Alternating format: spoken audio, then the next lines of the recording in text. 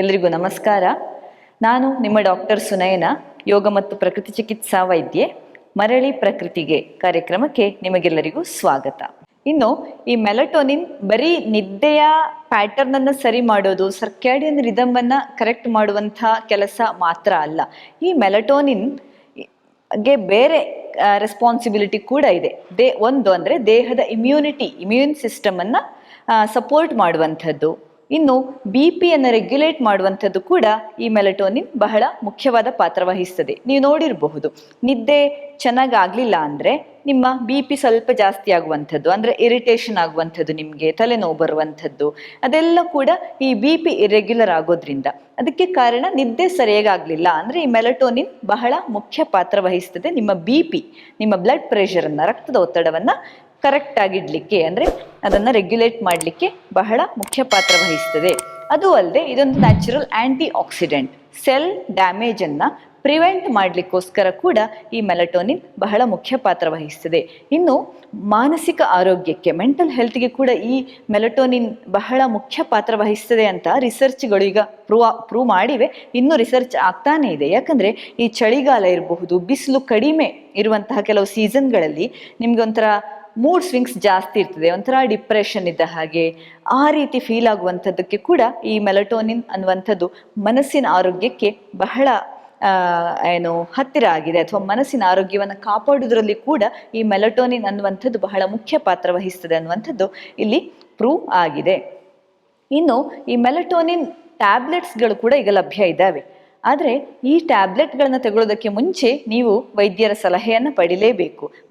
ಒಂಥರ ನಿದ್ದೆ ಬರೋದಿಲ್ಲ, ಹಾಗಾಗಿ ಮೆಲಟೋನಿನ್ ಟ್ಯಾಬ್ಲೆಟನ್ನು ತಗೊಳ್ತೇನೆ ಅಂತ ಹೇಳಿ ನೀವು ಇಂಪ್ರಾಪರ್ ಆಗಿ, ಅಂದರೆ ವೈದ್ಯರ ಸಲಹೆ ಇಲ್ಲದೆ ತಗೊಂಡ್ರೆ ಅದು ಮುಂದಕ್ಕೆ ನಿಮಗೆ ಸೈಡ್ ಎಫೆಕ್ಟ್ಸನ್ನು ತರಬಹುದು. ಒಂಥರ ಡಿಸಿನೆಸ್ ಆಗುವಂಥದ್ದು, ಅಥವಾ ಎಕ್ಸೆಸಿವ್ ಡ್ರೌಸಿನೆಸ್ ಫೀಲ್ ಆಗುವಂಥದ್ದು, ತಲೆನೋವು ಬರುವಂಥದ್ದು, ಅಸಿಡಿಟಿ ಆಗುವಂಥದ್ದು, ಇಂಥ ಅನೇಕ ಪ್ರಾಬ್ಲಮ್ಗಳನ್ನು ಅದು ತಂದೊಡ್ತವೆ. ಹಾಗಾಗಿ ಈ ಒಂದು ಮೆಲಟೋನಿನ್ ಟ್ಯಾಬ್ಲೆಟನ್ನು, ಅಂದರೆ ನಿಮಗೆ ಡೇ ಟೈಮಲ್ಲಿ ನಿದ್ದೆ ಬರುವಂಥದ್ದು, ಆ ಕಂಪ್ಲೀಟ್ ಸ್ಲೀಪ್ ಡಿಸ್ಟರ್ಬೆನ್ಸನ್ನು ತಡೆಯುವ ಬದಲು ಅದು ಸ್ಲೀಪ್ ಡಿಸ್ಟರ್ಬೆನ್ಸನ್ನು ಜಾಸ್ತಿ ಮಾಡಬಹುದು ಮೆಲಟೋನಿನ್ ಕರೆಕ್ಟಾಗಿ ಟ್ಯಾಬ್ಲೆಟನ್ನು ಯೂಸ್ ಮಾಡಲಿಲ್ಲ ಅಂದರೆ. ಹಾಗಾಗಿ ವೈದ್ಯರ ಸಲಹೆ ಇಲ್ಲದೆ ಈ ಟ್ಯಾಬ್ಲೆಟ್ಗಳನ್ನು, ಆರ್ಟಿಫಿಷಿಯಲ್ ಸಪ್ಲಿಮೆಂಟ್ಸನ್ನು ತಗೊಳ್ಳೋದಕ್ಕಿಂತ ನೀವು ಪ್ರಾಕೃತಿಕವಾಗಿ ಯಾವ ರೀತಿಯಲ್ಲಿ ಮೆಲಟೋನಿನ್ ಸೆಕ್ರೇಷನನ್ನು ರೆಗ್ಯುಲೇಟ್ ಮಾಡಬಹುದು ಅಂತ ನೋಡೋದು ಬಹಳ ಮುಖ್ಯ. ಯಾಕಂದರೆ ಯೋಗ ಮತ್ತು ಪ್ರಕೃತಿ ಚಿಕಿತ್ಸೆಗಳಾಗಿ ಈ ಆರ್ಟಿಫಿಷಿಯಲ್ ಸಪ್ಲಿಮೆಂಟ್ಸನ್ನು ನಾವು ಯಾವತ್ತೂ ಕೂಡ ಸಪೋರ್ಟ್ ಮಾಡೋದಿಲ್ಲ. ಆಹಾರದಲ್ಲೇ ಯಾವ್ಯಾವ ರೀತಿಯಲ್ಲಿ ನೀವು ಮೆಲಟೋನಿನನ್ನು ನಿಮಗೆ ದೇಹಕ್ಕೆ ಒದಗಿಸಬಹುದು ಅಂಥದ್ದನ್ನು. ಉದಾಹರಣೆಗೆ ನೋಡಿ, ಈಗ ಚೀನಿಕಾಯಿಯ ಬೀಜ ಇರಬಹುದು, ಕುಂಬಳಕಾಯಿಯ ಬೀಜಗಳು, ಇವೆಲ್ಲ ಕೂಡ ದೇಹದಲ್ಲಿ ನ್ಯಾಚುರಲ್ ಆಗಿ ಮೆಲಟೋನಿನ್ ಪ್ರೊಡಕ್ಷನನ್ನು ಜಾಸ್ತಿ ಮಾಡಲಿಕ್ಕೆ ಸಹಕಾರಿಯಾಗ್ತದೆ, ಪ್ರೊಡ್ಯೂಸ್ ಮಾಡಲಿಕ್ಕೆ ಸಹಕಾರಿಯಾಗುವಂಥದ್ದು. ಹಸಿರು ಸೊಪ್ಪು ತರಕಾರಿಗಳು ಕೂಡ ಅಷ್ಟೇ ದೇಹದಲ್ಲಿ ಮೆಲಟೋನಿನನ್ನು ಜಾಸ್ತಿ ಮಾಡ್ತವೆ, ಅಂದರೆ ತಂಪು ಮಾಡ್ತವೆ. ತಂಪು ಮಾಡಿದ ಹಾಗೆ ಮೆಲಟೋನಿನ್ ಸೆಕ್ರೇಷನನ್ನು ಜಾಸ್ತಿ ಮಾಡ್ತವೆ. ಇನ್ನು ಮೆಲಟೋನಿನ್ ನ್ಯಾಚುರಲ್ ಆಗಿ ಇರುವಂತಹ ಆಹಾರಗಳು ಅಂದರೆ ಒಂದು ಹಾಲು ಇರಬಹುದು, ರಾತ್ರಿ ಬಿಸಿ ಹಾಲು ಕುಡಿದು ಮಲಗುವಂಥದ್ದು. ಇನ್ನು ಜೇನುತುಪ್ಪ, ಅದರಲ್ಲಿ ಕೂಡ ಮೆಲಟೋನಿನ್ನ ಅಂಶ ಇದೆ. ಇನ್ನು ಈ ಪಿಸ್ತಾ ಇರಬಹುದು, ಬಾದಾಮ್ ಇರಬಹುದು, ವಾಲ್ನಟ್ಸ್ ಇರಬಹುದು, ಅಕ್ರೋಟ್, ಇವೆಲ್ಲ ಕೂಡ ಈ ಡ್ರೈ ಫ್ರೂಟ್ಸ್, ನಟ್ಸ್ ಮುಂತಾದವುಗಳಲ್ಲಿ ಮೆಲಟೋನಿನ್ನ ಅಂಶ ಹೇರಳವಾಗಿರ್ತದೆ. ಹಾಗಾಗಿ ಇದು ಕೂಡ ನಿಮ್ಮ ಮೆಲಟೋನಿನನ್ನು ಜಾಸ್ತಿ ಮಾಡಲಿಕ್ಕೆ ಸಹಕಾರಿ ಆಗ್ತದೆ. ಹಾಗಾಗಿ ಈ ಮೆಲಟೋನಿನ್ ಅನ್ನುವಂಥ ಹಾರ್ಮೋನ್ ರಕ್ತದಲ್ಲಿ ಹರಿದಾಗ ನಿಮಗೆ ಅದು ಟೈಮ್ ಟು ರೆಸ್ಟ್ ಅಂತ ಅರ್ಥ.